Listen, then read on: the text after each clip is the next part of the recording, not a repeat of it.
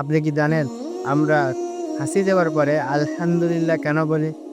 আমরা আলহামদুলিল্লাহ এইজন্য বলি যে আমাদের হাসি দেওয়ার কারণে আমাদের হার্ট ২ মিলিসেকেন্ডের জন্য বন্ধ হয়ে যায়। আর এই ২ মিলিসেকেন্ডের ভেতরে আমরা মৃত্যুবরণও করতে পারি। তো আল্লাহ আমাদের মৃত্যু থেকে বাঁচিয়ে রেখেছে।